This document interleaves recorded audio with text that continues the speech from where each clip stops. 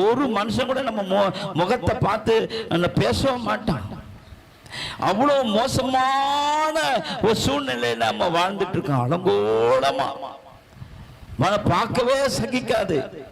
அப்படிப்பட்ட வாழ்க்கையை வாழ்ந்த நம்மை அலங்கரிக்க ஒரு இயேசு ஒருவர் வருந்தார்னா, உங்க வாழ்க்கையில அலங்கரிக்கப்பட்ட இயேசு உங்களுக்குள்ள வந்துட்டார்னா உங்களை டோட்டலா ஆண்டவர் அலங்கரிச்சிடுவார். எத்தனை பேர் சுவாசிக்கிறீங்க? உங்க வாழ்க்கை பிரகாசமாய் மாறிடும். அல்லேலூயா. ஒரு பக்தன் இப்படியாய் பாடுகிறான் பாருங்க. அலங்கோலமாய் கிடந்தாலும் அலங்கரிக்க ஒருவர் வந்தா, காயங்கள் ஆற்றும் வைத்திய கருத்தாய் விசாரிக்கும் சிநேகித, குற்றங்கள் அனைத்தையும் மன்னித்து மறக்கும் தயாளனித,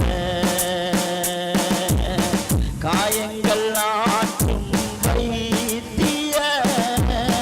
கருத்தாய் விசாரிக்கும் சிநேகித, குற்றங்கள் அனைத்தையும் மன்னித்து மறக்கும் தயாளினிவ.